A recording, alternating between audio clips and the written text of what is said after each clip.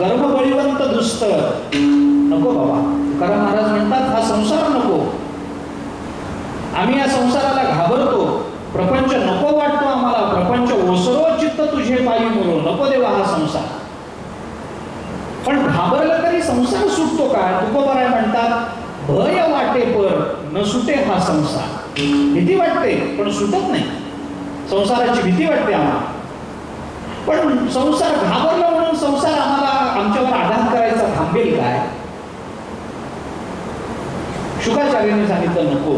हा संसार मला त्रस्त करेल अशी भीती वाटते. व्यास महर्षींनी सांगितलं अरे तू चिंता करू नकोस. मी आहे ना. मी तुझा बाप आहे. माझा अधिकार मोठा आहे. वेदांचे विभाग केले, पुराणांची रचना केली, महाभारताची रचना केली. हे सगळं मी केलंय. तू चिंता करू नकोस. माझं सामर्थ्य आगाध आहे. मला भगवान व्यास म्हणतात तू चिंता करू नको. हा संसार तुला काही करणार नाही. मी सांगतो तुला. शुकाचार्याने सांगितलं तुम्ही माझे वडील मानता, स्वतःला मान्य आहे. पण तुम्ही सांगून चालत नाही की संसार तुला काही करणार नाही म्हणून. अरे मी तुझा बाप आहे ना. मी तुला शब्द देतो हा संसार काही करणार नाही म्हणून. तुझा बाप तुला शब्द देतोय. शुकाचार्याने अजून सांगितलं माझा तुमच्यावर विश्वासच नाही. तुम्ही बापाचा तेव्हापासून बापावर विश्वास न ठेवण्याची परंपरा सुरू झाली. शुकाचार्य म्हणाले माझा विश्वास नाही तुमच्यावर. म्हणे का विश्वास नाही? शुकाचार्य म्हणाले अहो तुम्ही मला काय शब्द देता संसार तुला त्रास देणार नाही. तुम्ही स्वतः संसारात अडकलेले आणि तुम्ही काय मला सांगता संसार तुला त्रास देणार नाही म्हणून. व्यास महर्षी म्हणाले अरे तू कुणाशी बोलतोयस बघ तरी. मी संसारात अडकलो असं तू म्हणतोस? हो म्हणे तुम्ही संसारात अडकला. म्हणे कशावरून? शुकाचार्य म्हणाले ज्या अर्थी अजूनही तुम्हाला मला पुत्र म्हणण्याची इच्छा आहे त्या अर्थी तुम्हाला पुत्रासक्ती आहे आणि हाच संसार आहे. हा आपला मुलगा आहे असं तुम्हाला म्हणावं वाटतं. हाच सगळा संसार आहे. म्हणजे तुम्ही नातेसंबंध जोडलात ना. पुत्र आणि पिता नातेसंबंध जोडलात की नाही तुम्ही? संबंध आला. संबंध या शब्दातच बंध आहे हे लक्षात घ्या. संबंध या शब्दात बंध अनुस्यूत आहे. त्यामुळे जिथं संबंध आहे तिथं बंध आहे. मग तो कोणत्याही रूपाचा असेल. संबंध म्हटलं की बंध येणार. पती पत्नी संबंध म्हटलं की बंध आला. पिता पुत्र संबंध बंध आला. बोलू गुरु शिष्य संबंध आला तरी बंध आहे. याच्याही पुढे बोलतो ज्ञानाचा परमात्मा स्वरूपाच्या यथार्थ ज्ञानाचा संबंध आला तरी बंध आहे. पहा अनुभवामृत आपण ज्ञानोबा अनुभवामृताचं चिंतन करा. काश्मीर शैव दर्शन नावाचं एक दर्शन आहे. शैव दर्शनातला अद्वैती विचार मांडणारं दर्शन आहे. त्या दर्शनाचा शिवसूत्र नावाचा एक प्रमाणभूत ग्रंथ आहे. छोटासा ग्रंथ आहे. 3 प्रकरण आहे. अगदी कमी कमी सूत्र आहे. 20-25 20-25 10-12 अशी सूत्र आहेत. 3 प्रकरण आहेत. त्याच्यातल्या पहिल्या आणि तिसऱ्या प्रकरणामध्ये एक सूत्र समानत्वानं आलं ज्ञानम बंध. हा ज्ञान बंध आहे. ज्ञानोबारांनी तिथलं प्रमाण अनुभवामृतात दिलं. ज्ञान बंध ऐसे शिवसूत्राचे निमिसे म्हणितले असे सदाशिवे. भगवान शंकरांनी ही शिवसूत्र सांगितली. त्याच्यामध्ये ज्ञान बंध आहे. का? कारण ज्ञानाचा संबंध आला की ज्ञान बंद होतो. बांधतं की नाही ज्ञान? सत्वगुण कशाने बांधतो? ज्ञानानेच बांधतो ना. तत्र सत्वं निर्मलत्वात् प्रकाशकमनामयं सुखसंगेन बध्नाति ज्ञानसंगेन जानति. सत्वगुण बांधतो सुखानं आणि ज्ञानानं बंदिस्त करतो आपल्याला. ज्ञान बांधत असतं. संबंध आला की बंध होतो. म्हणून संबंध जोडायचा नसतो.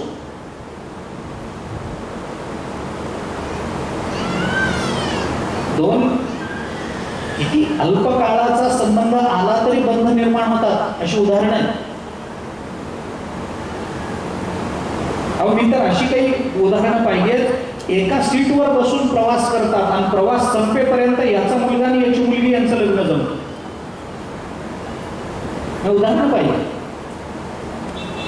मी तर चातुर्मासातले श्रोते सुद्धा बसल्या बसल्या आपल्या मुला मुलींची लग्न जमवताना ऐकली आहे.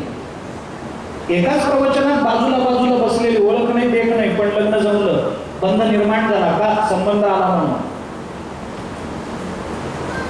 महाभारताने वर्णन केलं, यथा काष्ठमच्या काष्ठमच्या समयी आता महोदधौ व्यपेत्य तु समयी आता तद्वत् भूत समागमः.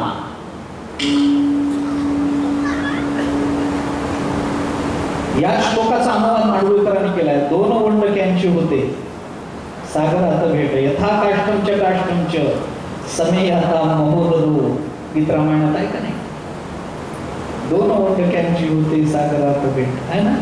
तसं यथा काष्ठमच्या दोन ओंडके वाहत येतात, पुन्हा एकमेकांची भेट होत नाही, पण ज्या काळामध्ये तो संबंध येतो त्या काळात तो बंध निर्माण होतो. जीवाचं तसंच आहे, तद्वत् भूत समागमः, जीवाचा संबंध. म्हणून जिथं जिथं संबंध येतो तिथं तिथं बंध निर्माण होतो. शुकाचार्यांनी व्यास महर्षींना सांगितलं, ज्या अर्थी तुम्ही स्वतःला माझ्याशी पुत्र आणि पिता रूपानं जोडू पाहता, त्या अर्थी तुमच्या अंतःकरणामध्ये पुत्राची इच्छा आहे आणि हाच बंध आहे, हाच संसार आहे. तुम्ही काय मला सांगता संसार तुला त्रास देणार? व्यास महर्षींनाही कळेल ना. ते म्हणाले, मग करायचं काय? कधी बाहेर येशील तू? शुकाचार्यांनी सांगितलं, हा संसार ज्याच्या ताब्यात आहे त्याने येऊन मला सांगितलं पाहिजे, संसार त्रस्त करणार नाही तर बाहेर ये. संसार कोणाच्या ताब्यात आहे? सगळे संसाराच्या अंकित आहे. तो संसार कोणाच्या अंकित आहे? संसार अंकित आहे भगवान श्रीकृष्णाच्या. भगवान श्रीकृष्ण तिथं आहे. त्यांनी शब्द दिला, शुका मी तुला सांगतो हा संसार तुला त्रास देणार नाही. भगवान श्रीकृष्णाचा शब्द मिळाला. तरी सुद्धा नामदेवराय म्हणतात, एवढा भगवंताचा शब्द मिळून सुद्धा शब्दावर विश्वास नाही म्हणून कापत कापत बाहेर या. खरखर कापतच देवाने सांगितलं तरी, कारण कुणीही शब्द घेऊ दे, संसार त्रास द्यायचा तेवढा देतोच. अरे देवाला त्यांनी सोडलं नाही. भगवान शंकराच्या बाबतीत सांगतात ना, एकदा भगवान शंकराची शनीची भेट झाली. भगवान शंकरांनी शनीला विचारलं, कुठं? तो म्हणाला, अमक्या अमक्यांना 7.5 आहेत तिथं. भगवान शंकरांनी विचारलं, 7.5 तू सगळ्यांना त्रास देतोसच का? म्हणजे सगळ्यांना देतो, कोणालाच सोडत नाही. भगवान शंकर म्हणाले, मला तुम्हालाही सोडत नाही. भगवान शंकर म्हणाले, ठीक आहे, तू मला काय त्रास देतोस मी बघतो, फक्त मला सांग कधी माझ्या नशिबाला येणार आहेस? तर म्हणाला, कधी काय? आज संध्याकाळपासूनच तुमची 7.5. भगवान शंकर म्हणाले, 7.5 मी तुला सापडलो तर. म्हणून कैलास पर्वतावरच्या एका तळ्यात अगदी तळाशी जाऊन भगवान शंकर लपून बसले. 3 दिवसानंतर बाहेर आले. शनी भेटला, चेहऱ्यावर हास्य होतं. भगवान शंकर म्हणाले, मी तुला सापडलोच नाही तर मला काय त्रास दिलास तू? तो म्हणाला, तुम्ही सापडणं न सापडणं हा महत्वाचा विषय नाही. कैलास पर्वत जो बर्फाच्छादित आहे, अशा पर्वतावर त्या तळ्याच्या तळाशी 3 दिवस तुम्हाला थंडीत बसावं लागलं, हीच माझी 7.5 होती. तुम्ही काय सापडत नाही? कुणाला चुकले भोग? याच्यातला विनोद सोडून द्या, पण भोग चुकले कोणाला? शुकाचार्य कापत कापत कापत कापत बाहेर आले आणि आता पुन्हा आपल्याला कपडे घालतील, पुन्हा वस्त्राचा संबंध येईल. वस्त्राचा संबंध आला की सूत्राचा संबंध येईल, सूत्राचा संबंध आला की शिखेचा संबंध येईल. या वस्त्राचा संबंधामध्ये सगळे बंध निर्माण होतील. म्हणून नागवेची पळून गेली. कारण वस्त्र आलं की लज्जा आली, लज्जा आली की मर्यादा आली, मर्यादा आली की सूत्र आलं, सूत्र आलं की शिखा आली, शिखा आली बंधन आली, बंधन आली बद्ध झाला. नकोच.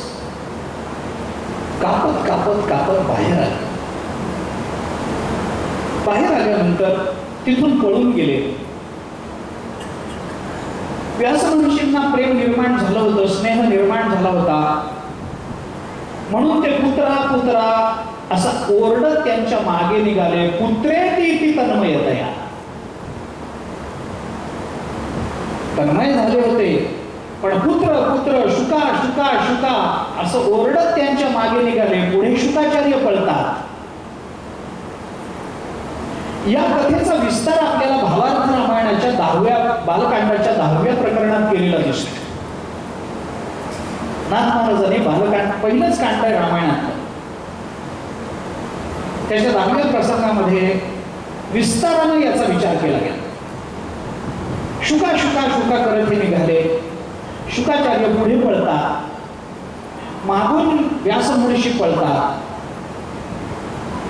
पण शुकाचार्य इतके व्यापक स्वरूपाला प्राप्त झाले, तन्मयतया तरवो अभिनेतुः तम सर्वभूत हृदय मुनी मानतोस्मी. इतके सर्वभूत हृदयाच्या समत्वाला प्राप्त झाले होते की व्यास महर्षींनी शुका म्हणून हाक मारल्यानंतर त्यांची इतकी एकरूपता झाडाझुडपांबरोबर झालेली होती की झाडांना असं वाटलं की आपल्यालाच हाक मारतात, म्हणून झाडांनी ओ दिली. अशा शुकाचार्यांना आम्ही नमस्कार करतो. तम सर्वभूत हृदय मुनिमानतोस्मी, त्यांना आम्ही नमस्कार करतो. अशी संतांचं दुसरं मंगलाचरण आणि पहिलं परमात्म्याचं मंगलाचरण हे झाल्यानंतर मग भागवत महात्म्याला प्रारंभ होतो. नैमिषारण्यामध्ये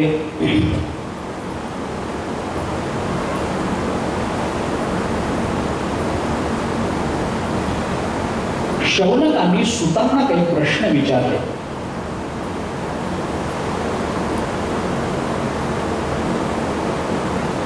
सुतांना आसन दिलंय. शौनकांनी त्यांना असा प्रश्न विचारलाय की आपण प्रतिभासंपन्न आहात. भागवताची ही जी रचना आहे ना, या 2 श्लोकांमध्ये केलेली, त्याच्यामध्ये शौनकाचं वर्णन करताना भागवत असं म्हणतं, कथामृत रसास्वाद कुशलः शौनको अब्रवीत. कथा अमृत आस्वाद कुशलः, कथेच्या अमृताचा आस्वाद घेण्यात कुशल असलेले शौनक ते सुतांना असं म्हणतात, अज्ञान दुहांत विध्वंस कोटी सूर्य समप्रभ. अज्ञानाचं हरण, अज्ञानाचा अंधकार दूर करण्यासाठी लागणारं जे ज्ञान, जो प्रकाश, तो कोट्यावधी सूर्याचा प्रकाश आपल्या एकट्याच्या ठिकाणी.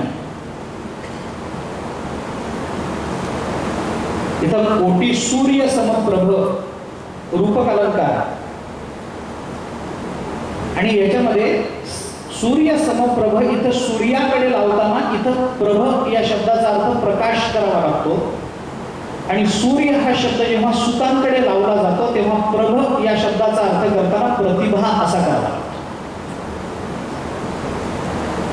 प्रभ प्रकाश, प्रभ प्रतिभा. सुताख्याही कथा सारं मम कर्णरसायनम. आपण ती सारभूत असणारी कथा आपण मला सांगा, आम्हाला सांगा, अशी विनंती केल्यानंतर त्याने प्रश्न विचारला. भक्ती, ज्ञान, वैराग्य याच्यामुळं माणसाचा विवेक वृद्धिंगत होतो, तो कसा होतो हे आम्हाला सांगा. या जगतामध्ये भक्ती मंडळी ही त्या सगळ्या पापापासून कशी बाजूला होता, मायामोहापासून कशी बाजूला होता, हे आम्हाला तुम्ही समजावून सांगा. असं जेव्हा सुतांनी सांगितलं, शौनकाने विचारलं, त्यावेळेला सुतांनी त्यांना या सगळ्या कलियुगाचं वर्णन करून सांगितलं. मी तुम्हाला तो सिद्धांत सांगतो. वैष्णव मोहमायेपासून बाजूला होतात, त्याचं साधन कोणतं? कलियुगामध्ये दुःखापासून बाजूला होण्याचं साधन कोणतं मी तुम्हाला सांगतो. हे कळण्याकरता भगवान शुकाचार्याने भागवत आपल्याला सांगितलेलं आहे आणि अनंत जन्माच्या पुण्याईनं हे भागवत आपल्याला ऐकायला मिळतं. त्यांनी इतिहास सांगताना असं सांगितलं, या भागवताचा आनंद हा इतर कोणत्याही आनंदापुढे कसा आहे हे सांगताना त्यांनी घटना सांगितली की भगवान शुकाचार्य ज्या वेळेला परीक्षितीचं दुःख दूर करायला म्हणून आले, त्यावेळेला भगवान शुकाचार्यांचं भागवत ऐकण्याकरता स्वर्गातले देव अमृताचे कलश घेऊन तिथं उपस्थित झाले. या देवाने भगवान शुकाचार्यांना प्रार्थना केली, तुम्हाला परीक्षितीला मरणापासून वाचवायचंय ना, मग आपण एक व्यवहार करू.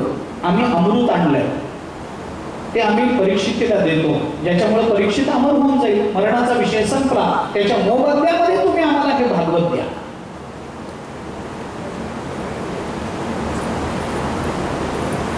भगवान शुकाचार्यांना देवादिकांनी भागवताच्या मोबदल्यात अमृत देण्याची तयारी दाखवली.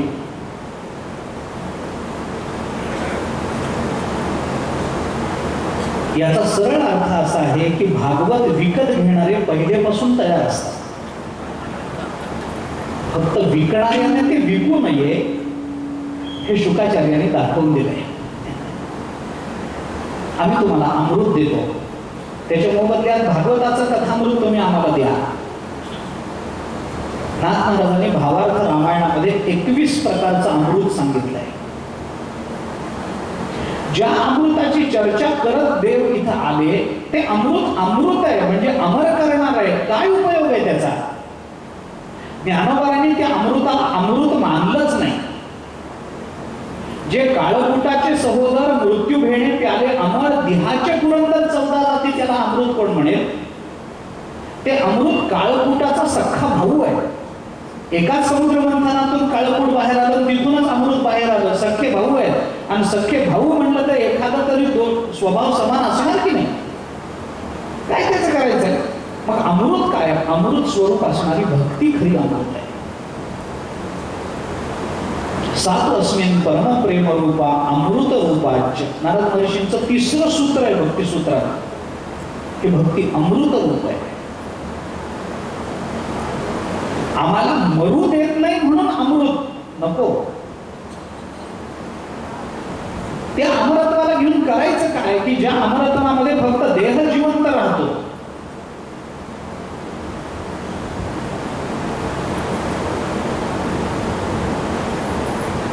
अशी विनंती देवादिकांनी केली की आम्ही तुम्हाला अमृत देतो आणि तुम्ही आम्हाला ही भागवत कथा द्या. शुकाचार्याने ऐकलं नाही. शुकाचार्य म्हणाले, बाबांनो, काच आणि हिरा या दोघांची कधी बरोबरी होऊ शकते काय? माझं भागवत सुद्धा कथामृत आहे, तुमच्या हातात कलशात असणारे अमृत आहे. पण काच कितीही पैलू पाडली तरी हिऱ्यासारखी दिसेल, पण हिऱ्याचा परिणाम साधत नाही. तसं तुमच्या हातातलं अमृत अमृत वाटत असलं तरी कथामृताची बरोबरी करू शकत नाही. शुकाचार्यांनी देवादिकांचा उपहास केला. बाकी कोणतीही साधनं भागवताची बरोबरी करू शकत नाही. आणि कलियुगामध्ये या भागवताच्या पठणानं श्रवणानंच आपल्याला भगवत स्वरूपाची प्राप्ती होते.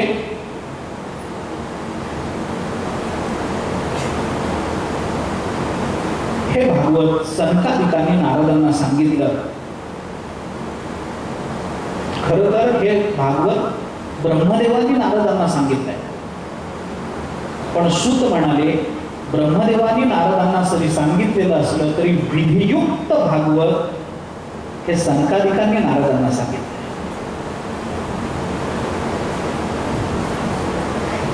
नारदांना सांगितलं संतादिकांनी. हे ऐकल्यावर शौनकाने विचारलं, अहो संतादिक आणि नारद यांची भेट कशी झाली, कुठं झाली? सूत म्हणाले, नारदांची त्यांची भेट कुठं झाली हे मी तुम्हाला सांगतो, कारण नारदांनीच मला हे सगळं सांगितलंय. बद्रिकाश्रमामध्ये एकदाही विशालायां चत्वारश्रयो मलाः सत्संगार्थं समायातां तद्दृशु तत्र नारदम. एकदा हे सनकादी सनक सनंदन सनत कुमार हे सगळे हे चौघही ब्रह्मपुत्र हे सगळे बद्रिकाश्रमात आलेले असताना तिथं नारद महर्षी त्यांना भेटले. नारदांचा चेहरा उतरलेला, विषण्ण अवस्था, चेहऱ्यावर खिन्नता. संकानिकाने त्यांना विचारलं, सनक सनंदन सनातन आणि सनत कुमार या चौघांनी मिळून नारदांना विचारलं, कशा करता ही खिन्नता? कोणीही चिंताक्रांत दिसला की संत स्वतःहून त्या चिंतेची निवृत्ती करण्याचा प्रयत्न करण्याकरता पुढाकार घेतात. प्रत्येक वेळेला त्यांना जाऊन विनंती करावी लागत नाही की आमचं दुःख दूर करा, आमचं दुःख दूर करा. भगवंताला अवतार घ्यायला प्रार्थना करावी लागते की बाबा इथं पाप जास्त माजलं, ही पृथ्वी पापानं त्रस्त झाली, देवा या. पुरुष सुत्ताने देवाची प्रार्थना करावी लागली देवादिकांना. या पृथ्वीला गाईचं रूप घेऊन जावं लागलं भगवंताकडे. ब्रह्मदेवानी शब्द ऐकून सांगितल्यामुळे ती पृथ्वी परत आली. बोलवावं लागतं देवाला. ज्ञानोबा कोण बोलवायला गेलो होतो? आम्ही अज्ञानानं पीडित झालो होतो, आम्हाला सोडवण्याकरता या. तुकोबारांकडे कोण गेलो होतं आमंत्रण घेऊन? नाही, ते स्वतःहून आले. आम्ही वैकुंठवासी आलो, आम्ही आलो. ज्यांना यावं लागतं त्यांना जीव म्हणतात, ज्यांना आणावं लागतं तो देव, आणि जे येतात ते संत. साधा फरक आहे. देवाला आणावं लागतं प्रार्थना करून, जीवाला कर्मामुळे यावंच लागतं, पण स्वतःच्या सत्तेवर जे येतात ते संत आहे. विचारात बसले नाही ज्ञानोबा आहे कुणाकुणाला कोणता कोणता त्रास आहे? नाही, लोपले ज्ञान जगी हित नेणती कोणी, अवतार पांडुरंग नाव ठेविले ज्ञान. संपलं. त्यांना कोणी प्रार्थना करायला गेलं नव्हतं, स्वतःहून आले. दुसऱ्याचं अंतःकरण त्रस्त असेल तर त्याच्या दुःखाच्या निवृत्तीचा उपाय सांगण्याकरता संतांना कोणताही प्रतिबंध चालत नाही, अडथळा ठरू शकत नाही. ते स्वतः ते दुःख दूर करतात. सज्जनस्य हृदयं नवनीतं यद् वदन्ति कवयः तद् अलीकम् अन्य देह विलसत् परितापात सज्जनो द्रवती नो नवनीतम्. सज्जनांचं हृदय लोण्याप्रमाणे मऊ असतं असं जर कोणी कवी म्हणत असतील तर तद् अलीकम, ते खोटं आहे. कारण लोणी आणि सज्जनांचं हृदय याच्यात मुख्य फरक असा आहे की लोणी फक्त स्वतःला आच लागली तरच वितळतं, सज्जन मात्र दुसऱ्याला त्रास झाला तरी वितळतात. त्यांनी विचारलं, नारदा काय झालं? चेहरा विषण्ण का? कशा करता चेहऱ्यावर त्रस्तता? दुःखी दिसता आहात, उदास दिसता आहात, चेहऱ्यावर चिंता दिसते, आणि गडबड कशाची चालू आहे? भागवताने त्याला दृष्टांत देताना फार चांगला दृष्टांत दिला. या दृष्टांतामध्ये फार वर्म सामावलेलं आहे. इदानीं शून्य चित्तोसी गतवित्तो यथा जनः. दृष्टांत देताना भागवताने दृष्टांत असा दिलाय की एखाद्याचं सगळं घरातलं सगळं धन चोरीला गेल्यानंतर तो जसा व्याकुळ झालेला दिसतो तसे तुम्ही दिसता. गतवित्तो यथा जनः.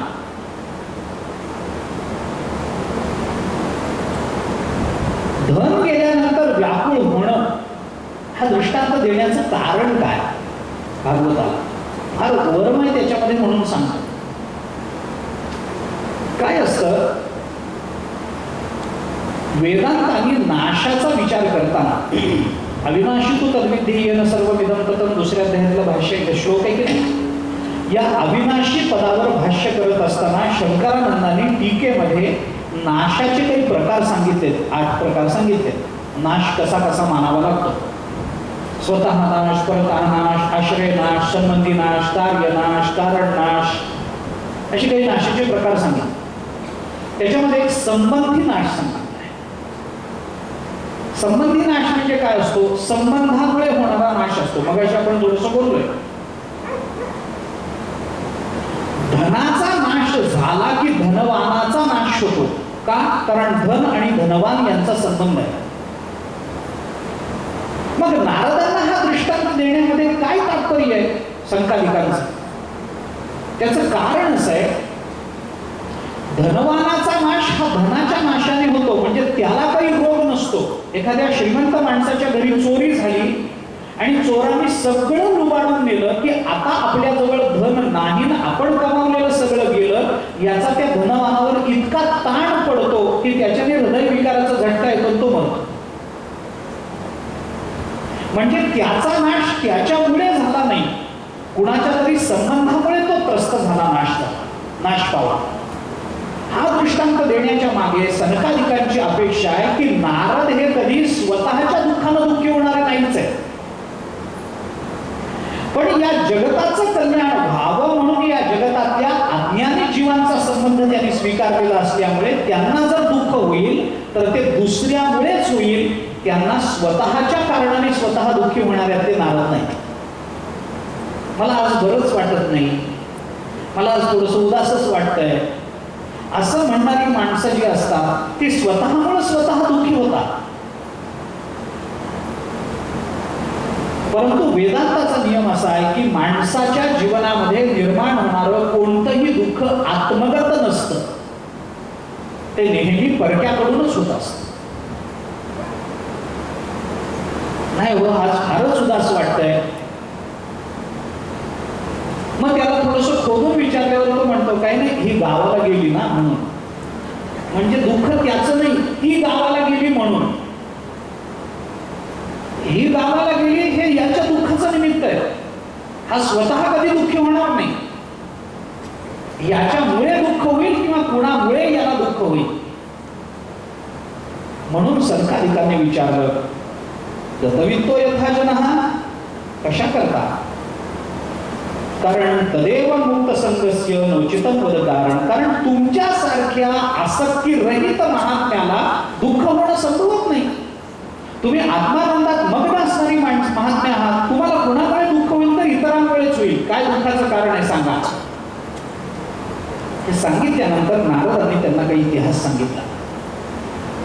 नारद म्हणाले, मी या पृथ्वी तलावर आलो, इथं काही आनंद बघायला मिळेल, आनंद भोगायला मिळेल, आनंदाची अनुभूती येईल. पण इथं मी अनेक क्षेत्रांमधून फिरलो, सगळीकडे गेलो, अनेक पुण्यवानांच्या भेटी घेण्याचा प्रयत्न केला. पण माझ्या असं लक्षात आलं की या पृथ्वीवर आता सत्य राहिलं नाही, तप राहिलं नाही, आनंद राहिलेला नाही. माणूस केवळ आपलं पोट भरण्यामध्ये व्यग्र आहे. कितीही पोट भरलं तरी त्याला ते पुरेसे वाटत नाहीये. कितीही मिळालं तरी मनुष्य समाधानी नाहीये. तुकाराम महाराजांनी गोड चिंतन केले. तुकाराम महाराज म्हणतात, विती एवढेसे पोट, केवढा दयाचा बोभाट. विती एवढंच पोट आहे. आपल्या पोटाचं माप घ्या, वितीपेक्षा जास्त नाही. पण किती 70-80 वर्ष फक्त त्याच्यासाठीच जगणं चालू. विधी एवढंच पोट आहे. पण गंमत ही आहे, तुकाराम महाराजांनी पोटाची रुंदी सांगितली, खोली नाही सांगितली ना. अडचण तिथे आहे. दिसायला भीती एवढं आहे, पण आत किती खोल आहे, किती भरा त्याच्यामध्ये, भरत नाही. किती भरा. नारद महर्षी म्हणाले,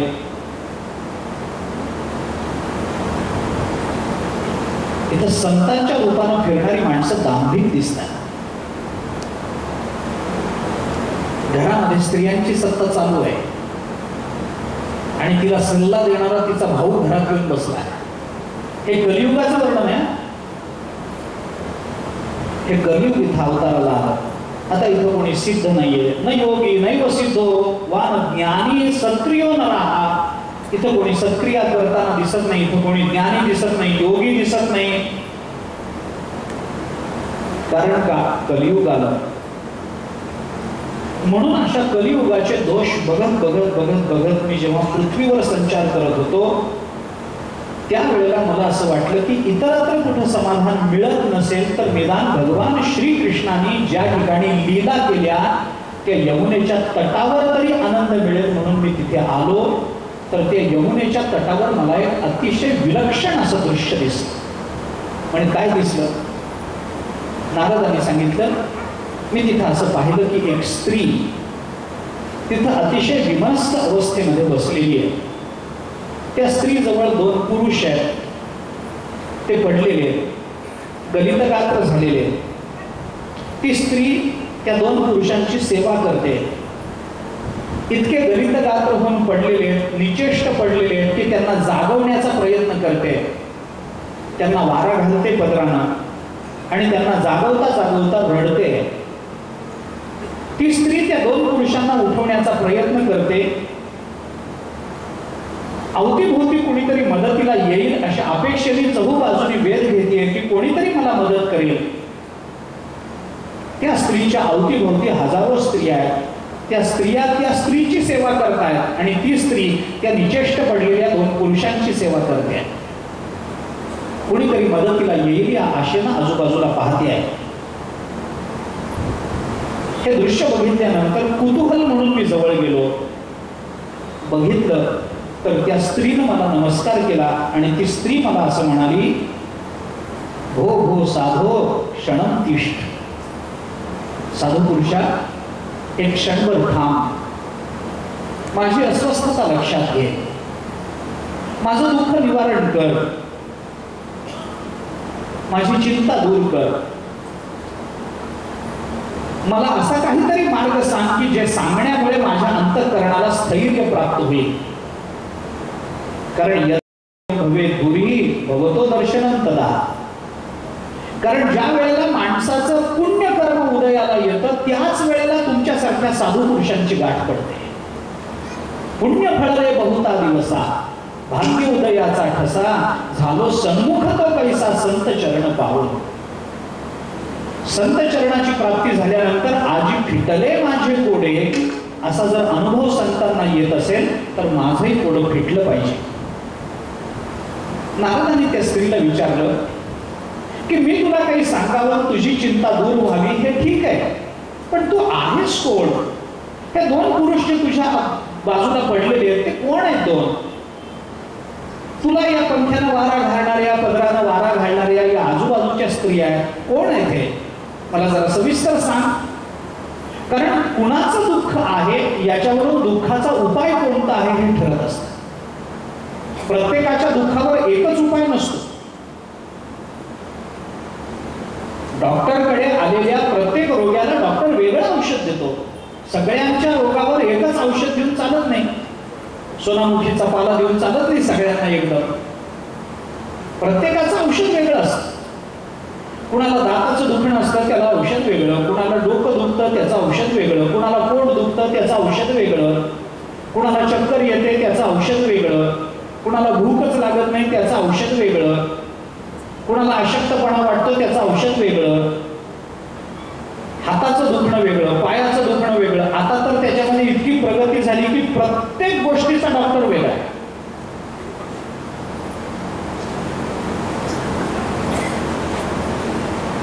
पंढरपूरला एकदा चंद्रभागेत स्नान करण्याचा प्रसंग आला म्हणून गेलो. स्नान केलं, पाणी कानात गेलं म्हणून दडे बसले. ते दुखायला लागलं म्हणून डॉक्टरकडे गेलो. डॉक्टरांनी स्वागत केलं, या बोलणं झालं. ते काय होतंय? म्हटलं दडे बसले, कान दुखतोय. ते म्हणाले कोणता कान? म्हटलं उजवा. ते म्हटले माफ करा महाराज, मी डाव्या कानाचा डॉक्टर आहे.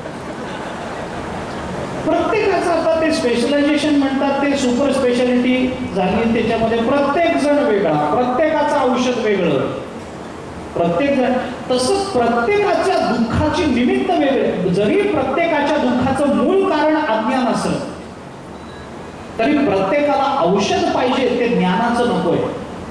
प्रत्येकाचे औषध वेगवेगळे आहेत. म्हणून नारदाने विचारलं, बाई तू कोण आहेस? ही 2 मुलं काय आहेत? काही 2 काय पुरुष कोण आहेत? या बायका कोण आहेत? मला जरा सविस्तर सांग. मी सांगतो. त्या बाईने सांगितलं, ठीक आहे सांगते, माझा परिचय करून देते, मी भक्ती आहे. हे जे 2 पुरुष पडले याच्यातला हा पुरुष म्हणजे ज्ञान आहे, दुसरा पुरुष म्हणजे वैराग्य आहे. हे दोन्ही माझी मुलं आहेत. भक्ती तरुण आहे, मुलं म्हातारी होऊन पडलेली आहेत, तरी ती भक्ती जाणीव करून देते. मी यांची आई आहे, ही माझी मुलं आहेत, मी भक्ती आहे, हे ज्ञान आणि वैराग्य आहे.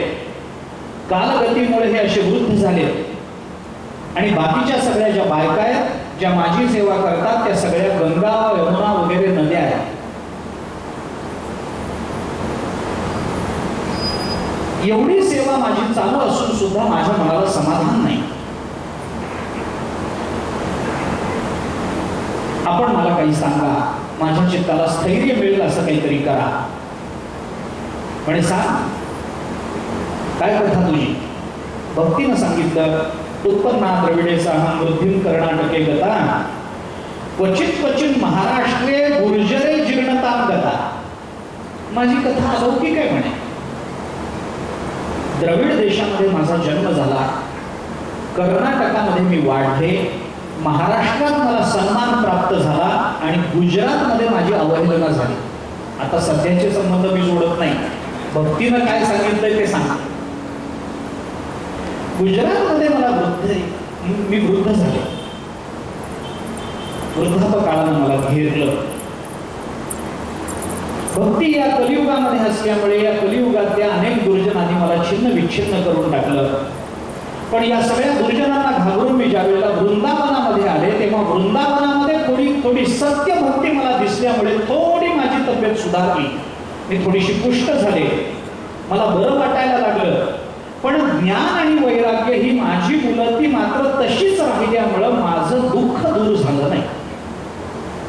आम्ही तिघही नेहमी एकत्रित राहतो, ज्ञान वैराग्य आणि भक्ती, त्या दोघांची अशी अवस्था आहे. मी मात्र जरा बरी आहे, पण मी आई असून सुद्धा तरुण झाले आणि मी मुलं असून सुद्धा म्हातारी झाली. माझी अवस्था सुधारली पण त्यांची अवस्था सुधारली नाही. असं का घडलं मला सांगा. आपण योगी आहात, बुद्धिमान आहात. नारद म्हणाले त्याचं कारण मी जाणण्याचा प्रयत्न करतो, तुला सांगतो, पण तू चिंता करू नकोस. संतांचा उपदेश कशा पद्धतीचा असतो अगदी अल्प शब्दामध्ये भागवताने दाखवून दिलंय. न विषादस्त्वया कार्यो हरिही शमते करिष्यति. संत असं म्हणत नाहीत की मी तुला सुखी करतो. मोठी माणसं नेहमी असं म्हणतात की मी प्रयत्न करतो, भगवान तुम्हाला समाधानी करते, परमात्मा समाधानी करेल. समाधानाचं कर्तृत्व संत स्वतःकडे घेत नाही. नारदांनी सांगितलं भगवान कृपा करतील, तू काही चिंता करू नकोस. वृंदावनात आल्यामुळे तू चांगली झालीस, धष्टपुष्ट झालीस, पण या जगतामध्ये वैराग्याची आणि ज्ञानाची कुणाला अपेक्षा राहिली नाही, म्हणून तुझ्या पुत्रांची तब्येत चांगली होत नाही. कुणालाच ज्ञान नकोय, कुणालाच वैराग्य नकोय. वैराग्य निर्माण झालं तर लोकांना वाईट वाटतं. एखादा माणूस आहे, श्रीमंत आहे, मुलं मार्गाला लागली आहेत, मुली चांगल्या घरी पडल्या आहेत, जावई अधिक मासाचं वाण मागत नाही, सगळं चांगलं आहे, काही कमी नाही.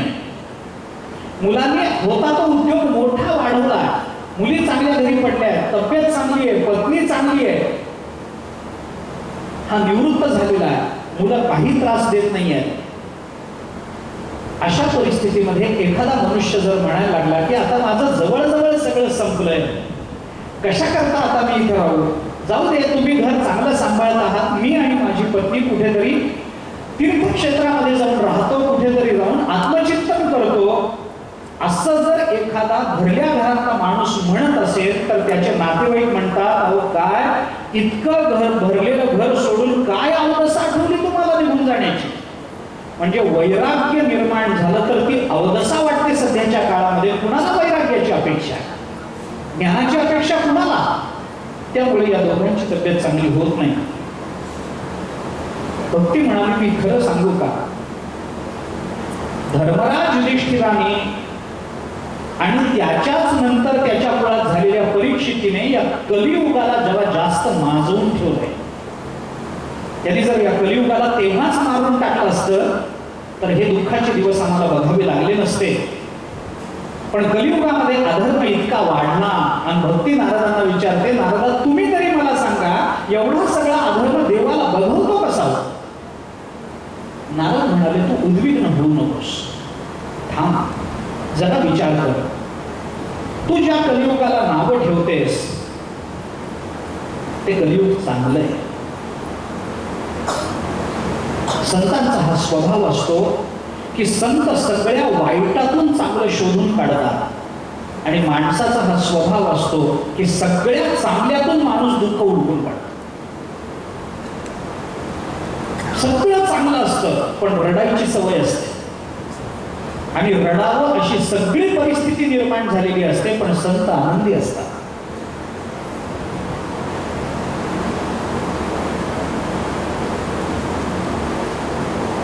मनाचे 100 दुर्गुण आहेत, नाही लाख दुर्गुण आहेत. मन वाईट आहे, चंचल आहे, चंचल भी मनो कृष्ण, प्रमाथी प्रमथनशील आहे, बलवान आहे, दृढ आहे, आम्हाला नेहमी पराजित करतं, नको त्या ठिकाणी ओढून नेतं. मन वाईट आहे, वाईट आहे, वाईट आहे. सगळे तत्वज्ञ मनाच्या नावाने आरडाओरडा करतात, पण ज्ञानोबा आहे त्या 100 दुर्गुणातून एक चांगला गुण हुडकून काढतात. परी या मनाचे एक निके जे गोडीची खाया सोके, म्हणून अनुभव सुखाची कौतुके दावीत जायचे.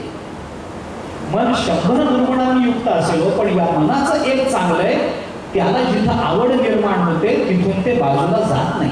किती चांगला गुण शोधून काढला ज्ञानोबा आहे. वाईटातून चांगलं शोधावं संतांचा स्वभाव आहे. कलियुग वाईट आहे. भगवान ज्या दिवशी हे निजधामाला निघून गेले त्या दिवसापासून कलियुगाला प्रारंभ झाला. पण कलियुगाचा स्वभाव एक इतका चांगला आहे की जन्म जन्मांतराची तपस्या करून जे मिळत नाही ते कलियुगामध्ये फक्त नामानं मिळून जातं. कलियुगाचा धर्म आहे, कलियुगाचा स्वभाव आहे की जन्म जन्मांतरामध्ये तपश्चर्या करावी आणि भगवंताची प्राप्ती होणार नाही, पण कलियुगामध्ये केवळ भगवंताच्या नामानं भगवंताची प्राप्ती होणार आहे. हा कलियुगाचा धर्म आहे. नाम आठविता रूपी प्रकटपै झाला. भगवंताचं स्मरण करावं, कारण माणसाच्या आयुष्याला मर्यादा. पूर्वीच्या काळामध्ये हजारो वर्षाचं माणसाचं आयुष्य तपसाधने करता उपयुक्त होतं. कलियुगामध्ये माणसाचं आयुष्य काही वर्षावर आलं, शेकडो पण नाही, काही वर्षावर आलं. क्षणभंगुर नाही भरवसा, वारे सावध थोडा माया आशा. कधी माणसाचं आयुष्य संपू शकतं. त्यामुळे जर ते क्षणभरच असेल तर क्षणभरामध्ये होणारी साधना कलियुगाने स्वीकारली. देवाची आहे द्वारी उभा क्षण होईल, तेवढंच करा, दुसरं काही करू नका, एवढंच करा. हरी मुखे म्हणा, हरी मुखे, हरी मुखे म्हणा, हरी मुखे म्हणा, हरी मुखे म्हणा, पुण्याची गणना कोण करी, पुण्याची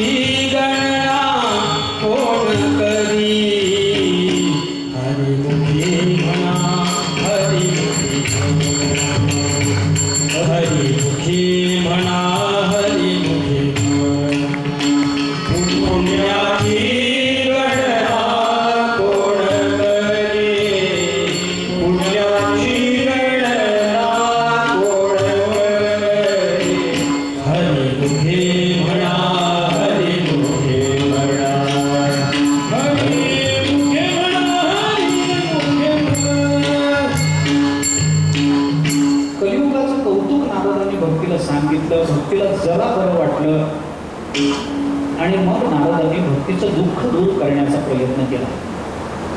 नारदांनी सांगितलं, तू खेद करू नकोस, नको खेद करू कोणत्या गोष्टीचा. पती लक्ष्मीचा जाणतच आहे, सगळं देवाला कळतं. एक काम कर, भगवान श्रीकृष्णांच्या चरणकमलाचं अखंड चिंतन कर, तुझं सगळं दुःख नाही सोड. माणूस विचार जेवढा करतो तेवढं त्याचं जीवन संपन्न होत जातं. योग वसिष्ठांनी एका ठिकाणी चिंतन करताना असं म्हटलंय, दीर्घ संसार रोगस्य विचारोही महौषधः. संसार नावाच्या अतिशय वाईट आणि जुनाट रोगावर एकच उपाय आहे, माणसाला विचार करता आला पाहिजे, चिंतन करता आलं पाहिजे. चिंतन करणारा मनुष्य कधीही दुःखी होऊ शकत नाही. विचारी मनुष्य कधीही दुःखी होऊ शकत नाही. समर्थांना प्रश्न विचारावा लागला, जगी सर्व सुखी असा कोण आहे, विचारी मना तोची शोधली पाय. पण समर्थांचा हा प्रश्न नाही आहे. मी आपल्याला गंमत सांगतो या चरणाची. जगी सर्व सुखी असा कोण आहे, समर्थांनी विचारलं आणि लगेच त्याचं उत्तर दिलं, विचारी. जगी सर्व सुखी असा कोण आहे, विचारी. आणि मग मनाला सांगितलं, विचारी सोडून दुसरा कोण सुखी आहे, शोधून पाहे. या जगामध्ये विचारी मनुष्यच जगतामध्ये सुखी आहे. जगी सर्व सुखी असा कोण आहे, विचारी. लगेच उत्तर आहे. आणि मग मनाला उपदेश केला, मना तू शोधून पाहे. विचारी म्हणा तू शोधून पाहे नाही, विचारी हे उत्तर आहे. विचार करणारा जो पुरुष आहे तोच या जगतामध्ये सुखी आहे. शोधून पहा. अविचारी मनुष्य सुखी दिसतो कुठे, कधीच नाही. भगवत चरणाचं चिंतन कर.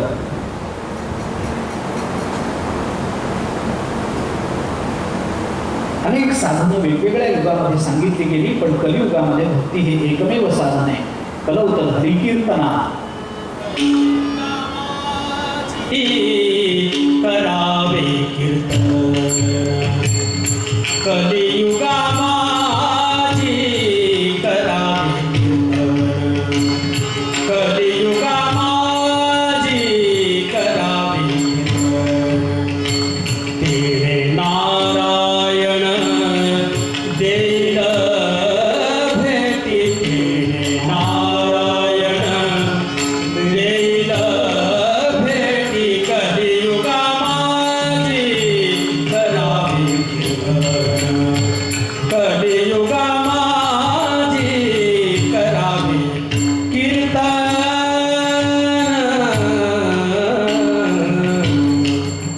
नारद महर्षीने सांगितलं, आतापर्यंतच्या युगामध्ये तू मोक्ष प्राप्ती करून दिलेली आहेस. कलियुगामध्ये तुला केवळ तेवढंच काम आहे, भगवंताला तू प्रिय आहेस. भक्ती भगवंताला प्रिय आहे. हेची थोर भक्ती आवडती देवा, संकल्पावी माया संसाराची. नारदांनी भक्तीला तिचं पूर्व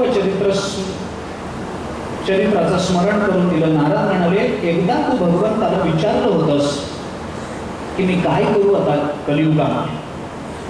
त्यावेळेला भगवंताने तुला सांगितलं होतं की माझ्या भक्ताचं पोषण कर, आणि देवाच्या भक्ताचं पोषण तुला करता यावं याच्याकरता म्हणून मुक्तिं दासी ददोतुभ्यं ज्ञान वैराग्य काविमो, म्हणून मुक्ती मोक्ष ही तुझी दासी म्हणून तुला दिली, आणि तुझी सेवा करण्याकरता ज्ञान आणि वैराग्य हे पुत्र तुला दिले.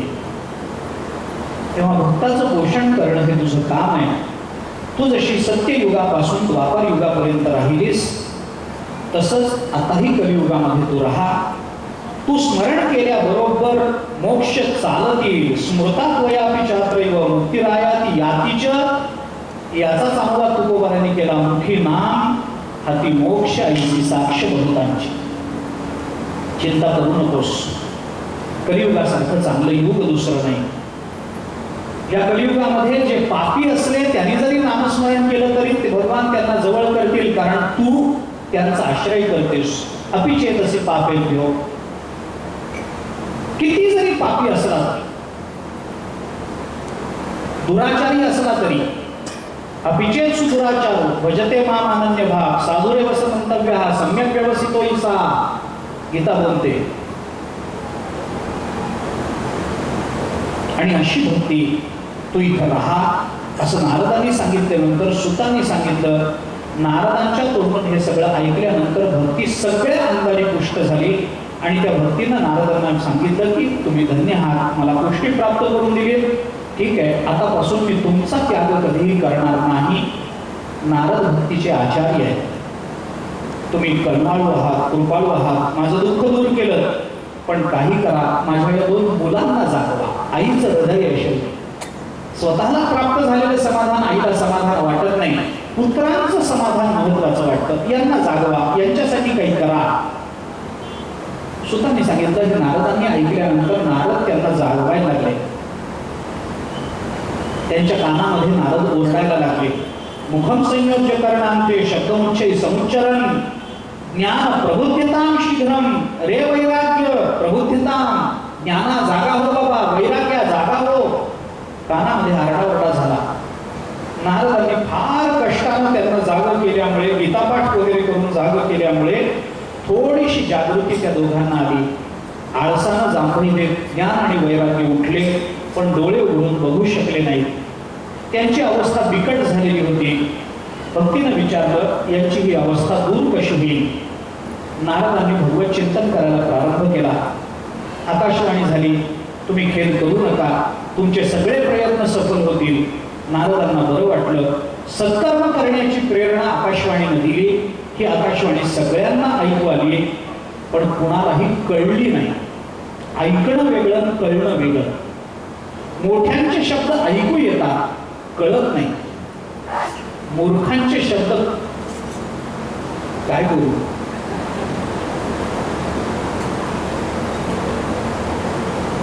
मोठ्यांचे शब्द ऐकू येतात, कळतात फार कमी जणांना. आकाशवाणी, नारद म्हणाले, आकाशवाणीनं गुप्त रूपानं जे सांगितलं ते कार्य कळलं, पण त्याचं साधन कळलं नाही. मग आता हे साधन कोण सांगेल? संतांची भेट घेतली पाहिजे, तर हे साधन काय आहे हे कळेल, गुह्य कळेल. सुत शौनकांना म्हणतात, शौनका, ज्ञानाला आणि वैराग्याला तिथंच सोडून देऊन नारद महर्षी तिथून निघून गेले. तीर्थाटन करत त्या तीर्थामध्ये राहणाऱ्या संत महात्म्यांना साधनाची चौकशी करायला लागले, विचारायला लागले, पण कुणी त्यांना योग्य उत्तर देईना. काय करावं कळेना. ज्ञान आणि वैराग्याला जाग आणण्याचा कोणताही उपाय दिसत नव्हता. अशा चिंतातूर अवस्थेमध्ये नारद जेव्हा बद्रिकाश्रमामध्ये आले, त्यावेळेला तिथलं वातावरण बघून नारदाने निश्चय केला की इथं मी तपाचरण करेन. आणि बद्रिकाश्रमामध्ये तपाचा निश्चय करून नारद बसले आणि तेवढ्यात संतादिक मुनी तिथं आले. नारदाने संतादिकांना नमस्कार करून महद्भाग्यानं आपली भेट झाल्याचं वर्णन केलं. नारद म्हणाले, आपण 5-5, 6-6 वर्षाचे दिसता, पण तुम्ही ज्येष्ठ आहात, श्रेष्ठ आहात. ज्येष्ठता आणि श्रेष्ठता याच्यात अंतर आहे. वयानं वाढला की ज्येष्ठ होतो, अधिकारानं वाढला की श्रेष्ठ होतो. चांगदेव वयानं ज्येष्ठ आहे, पण ज्ञानोबा श्रेष्ठ आहे. फरक पडतो. संतादिकांना सांगितलं, आपण श्रेष्ठ आहात, आपला मला आधार आहे. हरिश्चरणांचा जप करत आपण सर्वत्र हिंडत असता. आपलं सामर्थ्य अगाध आहे, वाटते ते आपण करू शकता. आकाशवाणीनं काही साधन सांगितलंय पण आम्हाला कळलं नाही, तर ते साधन कोणतं आपण सांगा. भक्ती ज्ञान वैराग्याला कोणत्या मार्गाने सुख मिळेल हे सांगा. कशामुळे घडेल?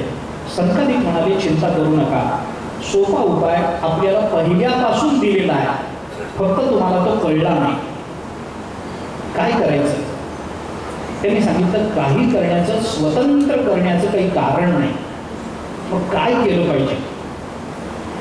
संतादिकांनी नारदांना सांगितलं, जे सत्कर्म करायला आकाशवाणीनं तुम्हाला सांगितलेलं आहे ते सत्कर्म म्हणजे दुसरं तिसरं काही नसून भागवताचं पारायण करणं, एवढंच सत्कर्म. भागवत सांगा, त्याच्यातली सगळी विघ्न दूर होती. भागवताचं पारायण करा, तेच सत्कर्म आहे. भागवताचं कथन करा, त्याच्यानेच ज्ञान पुनःपुष्ट होईल. भागवताची कथा सांगा, त्याच्यानेच जगतामध्ये सर्वत्र वैराग्य निर्माण होईल, विरक्त भाव निर्माण होईल. नारदांना संतादिकांनी हे उत्तर दिलं.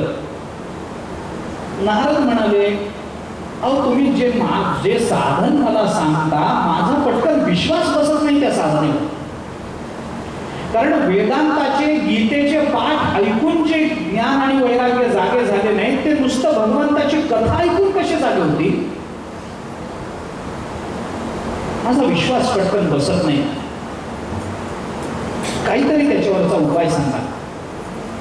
संतादिकांनी 2-3 दृष्टांतानं नारदांना असं सांगितलं की वेदांताचे, गीतेचे पाठ करून जे सांगता तेच भागवताने सार रूपानं सांगितलेलं आहे. चिंता करू नका. 2-3 दृष्टांत दिले. एक लक्षात घ्या, झाड आहे, झाड, आंब्याचं झाड आहे. त्या संपूर्ण झाडामध्ये रस आहे. पण आंब्याच्या झाडाच्या आपण जर दाताने चावून रस ओढण्याचा प्रयत्न केला तर आपल्याला आंब्याचा रस मिळणार नाही. आंब्याच्या झाडाची कोवळी पानं तोडून चुरगळून जर वास घेतला तर आंब्याचाच वास येतो की नाही? म्हणजे तिथे रस काय, पण नुसती पानं खाल्ली तर आपल्याला आंब्याचा रस टाकता येत नाही. रस सगळ्या झाडातूनच असतो, पण तो व्यक्त व्हावा लागतो जसं आंब्याच्या फळातूनच. तसं सगळीकडेच ज्ञान आणि वैराग्य आहे, पण ते प्रकट होईल ते फक्त भागवतातूनच. भागवत हे फळ आहे. दुसरा दृष्टांत त्यांनी दिला.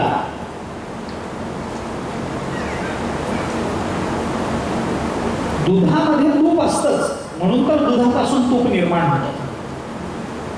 आधीपासूनच असतं, स्निग्धता असतेच दुधामध्ये. आपण साय हातात घेतली तर हात पोषक होता, पोषक होता. पण दूध प्यायल्यामुळं आपल्याला तूप खाल्ल्याचं समाधान मिळत नाही. ते तूप वेगळं काढूनच खावं लागतं. तसं सगळीकडे आपल्याला भगवंताचं चिंतन दिसतं, पण वेगळं काढलेल्या भागवतातूनच आपल्याला त्याचा स्वतंत्र आस्वाद घेता येतो. दृष्टांत दिला. उसामध्ये सगळीकडे साखर व्यापून असते, पण वेगळी निघाली तरच तिची गोडी वेगळी कळते. भागवताची कथा अशी आहे. भागवत वेदाच्या बरोबरीच आहे, स्मृतीच्या बरोबरीच आहे, श्रुतीच्या बरोबरीच आहे. आणि ज्ञान आणि वैराग्याची स्थापना करण्याकरताच या भागवताची रचना झालेली आहे. म्हणून व्यासांना आपण ज्या 4 श्लोकामध्ये हे भागवत सांगितलं होतं त्या भागवताचा विस्तार करा. भागवत 2 पद्धतीनं सांगण्याची प्रथा आहे. भागवताची कथा 2 पद्धतीनं होते, व्यास पद्धत आणि एक समास पद्धत. समास पद्धतीमध्ये अगदी त्रुटीत सांगितलं जातं, अगदी बारीक गोष्टीत अगदी अल्पांशानं सांगितलं जातं. व्यास पद्धतीनं विस्तारानं सांगितलं जातं. आपण ते भागवत सांगा. नारद म्हणाले हरकत नाही, भक्ती ज्ञान आणि वैराग्य यांना उज्ज्वलता प्राप्त व्हावी याच्याकरता मी हे प्रयत्न करीन. त्यांनी संकादिकांना ती कथा सांगण्याचा विधी विचारला. संकादिकांनी तो विधी सांगितला. वक्त्यांनी काय केलं पाहिजे, श्रोत्यांनी कसं असलं पाहिजे, हे शुकशास्त्र कसं ऐकावं, हे सगळं सांगून झाल्यानंतर सप्ताहभर श्रवणाचा विधी सुताने सांगितला. शौनकाने विचारलं, हे भागवत चांगलं आहे, दुःख निवृत्ती करणारं आहे, पण याची कीर्ती जगामध्ये सगळीकडे कशी पसरली हे सांगा. सूत म्हणाले, ज्या वेळेला भगवान निजधामाला निघाले त्यावेळेला उद्धवानी विचारल्यावरून भगवान भागवतामध्ये प्रविष्ट झाले. आणि तिरोधायी प्रविष्टोयम श्रीमद भागवतारणम तेने मानवी मूर्ती प्रत्यक्षा वर्तते हरे. सेवनात, श्रवणात, पठनात, दर्शनात पापनाशिनी असं हे भागवत प्रसिद्ध झालं. सुताने सांगितलं, ज्या वेळेला नारदांच्या समोर मी हा सप्ताविधी सांगत होतो त्यावेळेला एक आश्चर्य घडलं. तारुण्य अवस्था प्राप्त झालेल्या आपल्या 2 मुलांना घेऊन ती पवित्र भक्ती त्या सभेमध्ये प्रविष्ट झाली आणि श्रीकृष्ण गोविंद हरे मुरारे, हे नाथ नारायण वासुदेव या नामाचा घोष करत ती भक्ती तिथं आली. आल्यानंतर त्या भक्तीनं सांगितलं, कलियुगामध्ये माझा लोप जवळजवळ झाला होता, पण आता नारदांच्या या भागवत कथा श्रवणाने मला आणि माझ्या मुलांना तारुण्य आलं. आता आम्ही सगळे चांगले झालो, पण आम्हाला राहण्याला ठिकाण सांगा. त्यावेळेला संताधिकाने तिला सांगितलं, तू भक्तांना भगवत स्वरूप बनवणारी आहेस. भगवंताच्या अंतःकरणात